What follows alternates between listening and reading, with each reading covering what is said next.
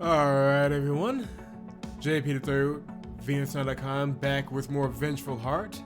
Slight delay there, and I apologize for the last few days of us retrofitting some things in the studios here in the HQ. Changing some things in and out. Some changes are definitely coming to the site. I've already announced them for our patrons. It will be announced on the site as well. And for those who are interested, the links will be in the description box below for that. So definitely check that out, read that. It shouldn't bring any more issues to the YouTube end though, but we'll talk about that at another time. In the meantime, let's pick up where we left off. Great cities are amazingly fast. The police showed up within half an hour. They had corporate security with them. Almost immediately afterward, the media caught a whiff of a story and a few reporters began appearing on the scene. The police were insisting that the broken shade was a security hazard and that any water collected in trash cans was contaminated. Ronnie wisely refused to let anyone enter the building, conducting negotiations from the gateway instead. It had begun in the early morning. The residents had worked until late in the night, but were still quick to get up and see what was going on. Josephine and Ronnie, having stayed up all night, gave them a simple instruction. Everyone was to reply, "We won't sell to Nephthys. Let them know that we're all in this together." I think I already said this, but it remains true, the fact that it happened so fast without the audience seeing kind of her plot this out and her expect this to happen to somebody else and then to turn it around and to happen to her. That could have used a little bit more build up, but it is funny how like they're all just organized now. Now they just wanted to subdue the people quickly. But sending that message together had felt like a victory to the people. Sticking it to the enemy had raised morale. As there was still no sign of water, Josephine told the people to make their plight famous. People used all the immediate tools as well as going old school, making banners and turning screens into neon signs that hung from the walls. Over the course of the morning, the residential building turned into a resistance fortress. The walls were covered in bright colors, sporting slogans against corporate tyranny. To be exact, none of it had any effect whatsoever. Aside from a few curious onlookers, no one seemed to notice. People walked past. After all, it wasn't their problem, and they were in a hurry anyway. But all the fuss had brought the police. Police came with just one armored vehicle at first and observed the house. Soon private security units began showing up, surrounding the house with large armored vans. Bright neon warning signs appeared and traffic was directed away from the house. Masked security guards with guns scared away the curious onlookers, but they also attracted the press. From the windows, Josephine could see shivering figures who seemed incredibly out of place with their cameras and recorders. They were looking for someone to interview, but the security guards wouldn't speak. The besieged residents couldn't, and the police were absolutely clueless. All the reporters could do was wait. Wait for someone from Nephthys PR to show up, Josephine realized. As long as it didn't rain, time was on Nephthys' side. What was it that Francis said? Control of water is the most effective way to subdue a population. Josephine was beginning to see what it meant in practice. People who cannot wash or drink will yield eventually. The thirst was already getting to the people. They were talking less and bickering more. Ronnie was making them cover windows and blockade the doors. It was mostly to keep them busy. I mean, I know what they're going for here, but there's a far more effective way to do it. You literally have your boss's number. Call your boss. There are ways around this problem. Someone should speak to the press. Yeah, but how? They won't let us. We can at least give them a face. Give someone a megaphone and speak out of a window. I take it you don't want to be the face of this. I'd rather disappear entirely. You could go. Yeah, but I work in the water industry. This will kill my career. If your career is to make people homeless, maybe you should reconsider. Your career was to kill people and call it fireworks. Hey, well, no need to lash out. We're in this together. Sorry, I'm just really thirsty. Me too. My mouth is dry and this headache's a bitch. Dehydration sucks. Hey, let's use that. Use what? Film the people, the children, and the elderly. Put us somewhere and show that we're suffering. I like that. I'll ask around if someone has a camera. Thanks. I'll go rest a while. Staying up all night was a bad idea. Do that. I'll get someone to handle the filming. Josephine scoured her fridge for something to drink. Finally, she found ice cubes. Sucking on them made her feel better. Then she fell asleep. Ronnie had never really gotten to know her neighbors. Why was she? Her home was just a place for her to sleep in. But they were actually quite nice people. Mothers, clerks, retirees, even a couple of other vets. She always hated the couple who held huge parties just above her place every weekend.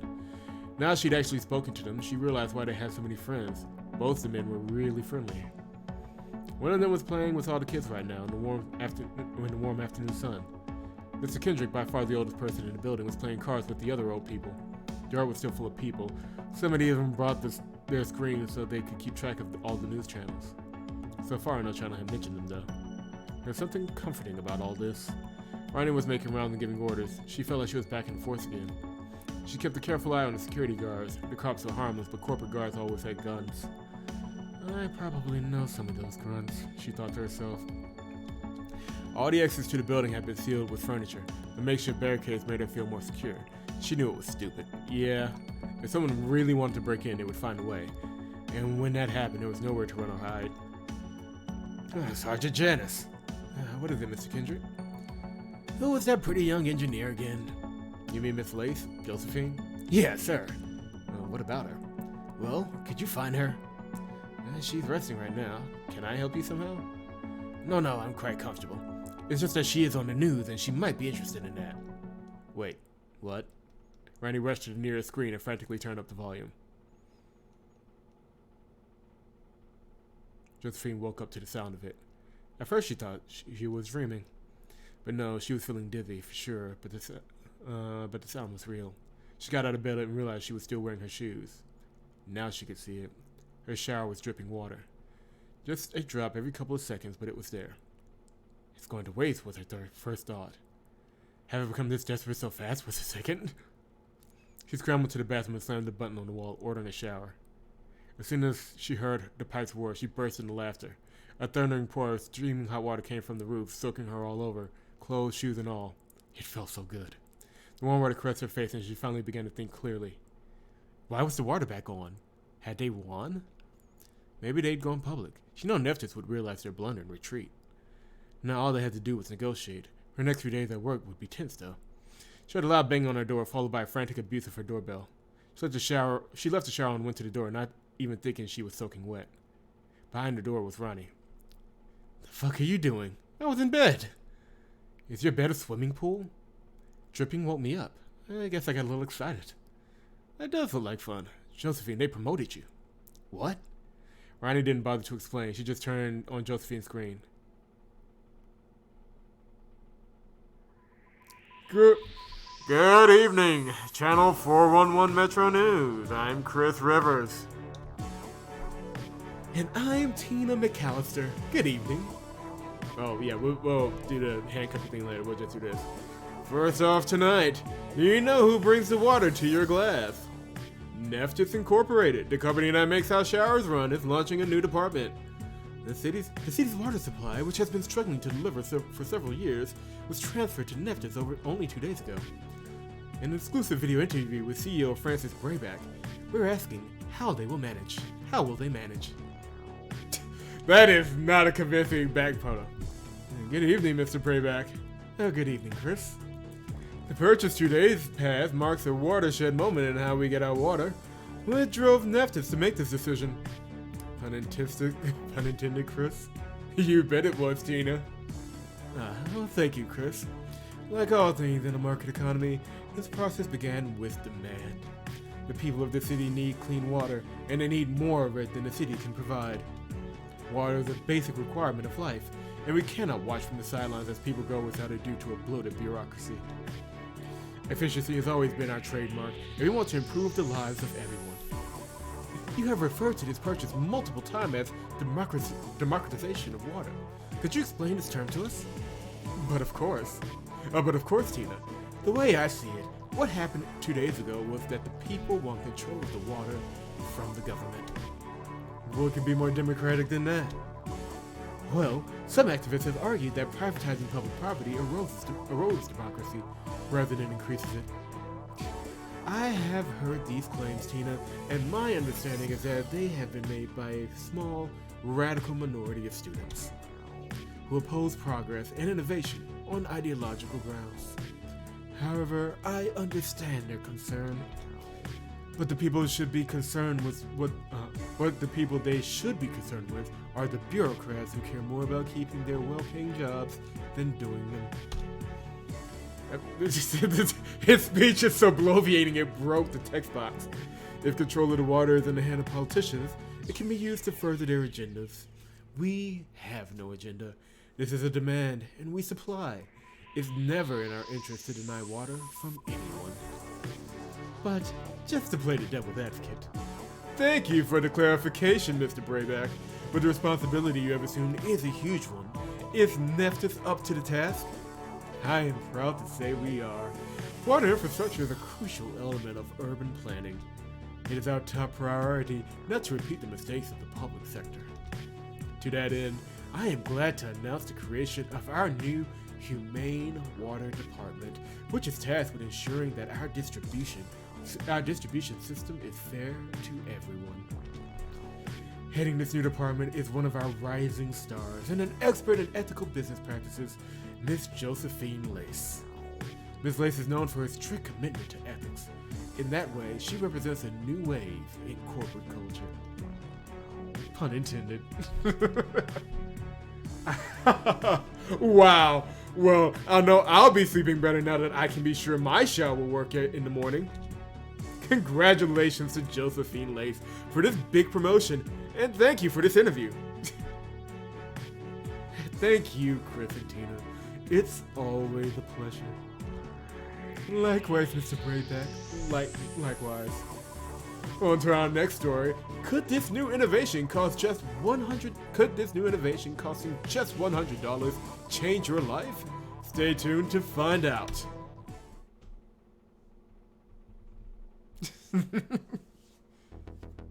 She was speechless for a while.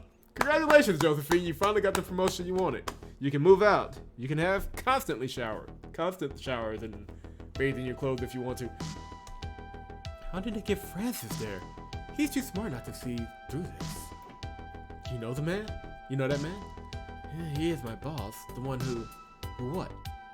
Who asked me out yesterday. Well, looks like your boyfriend is with the enemy, and the enemy is trying to divide us. Certainly it's hard for Josephine to breathe. Could Francis be in on this? Could it be that Nephthys wasn't going to back down? Did they turn on the water? I mean, can we answer that much first? Is the water on for the rest of the building? I'm the only one whose water is back on, am I not?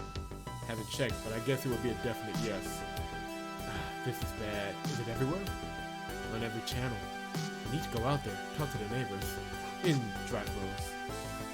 No, there's no hiding that my water works. But they may have made a mistake. You're just gonna go out there dripping wet. Hey guys, the water's back on. For me. You guys are screwed though. How come? This is genius.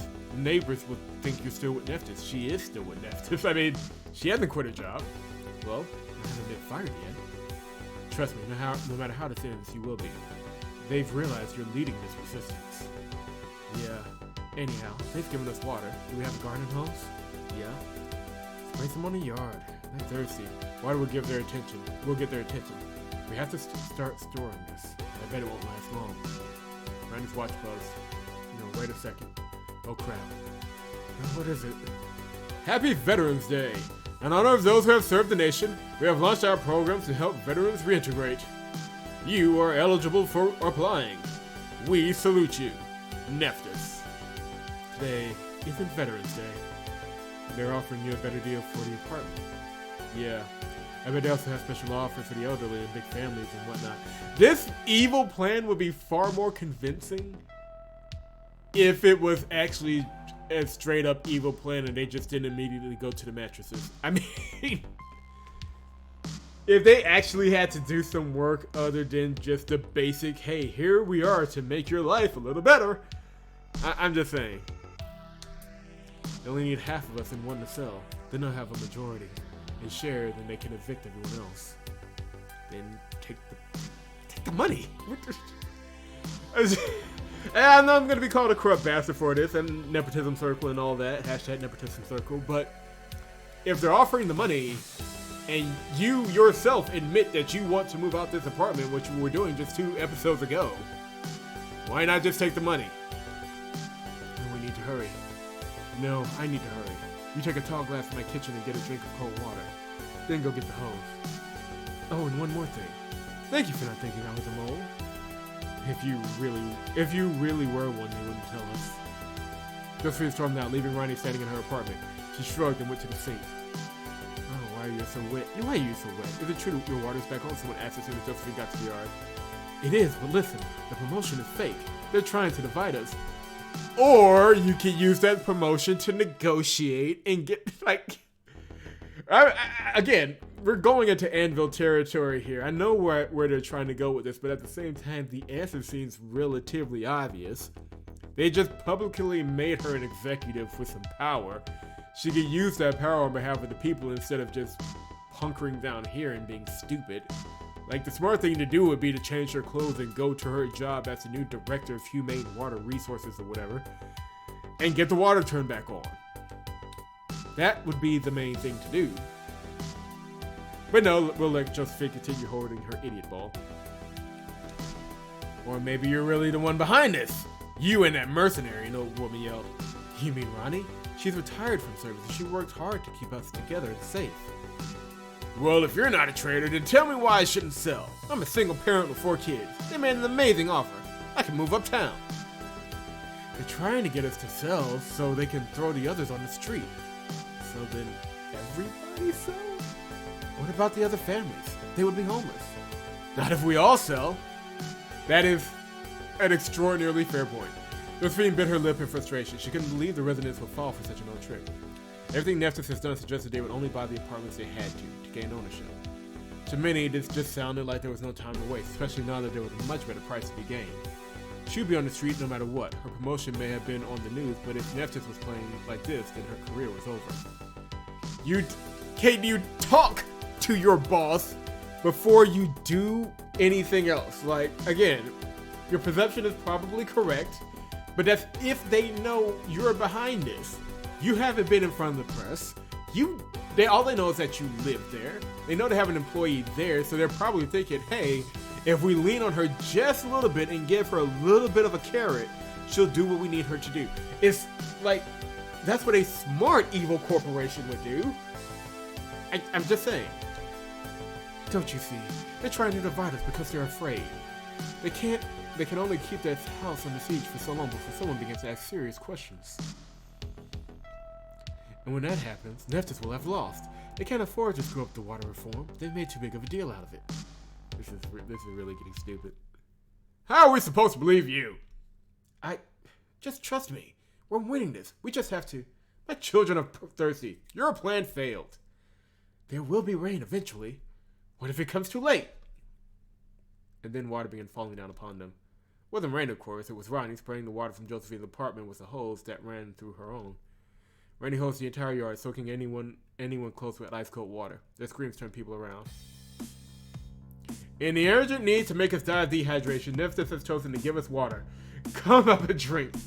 Someone laughed and some others joined up. The situation began to diffuse as the people now focused on the suddenly available water.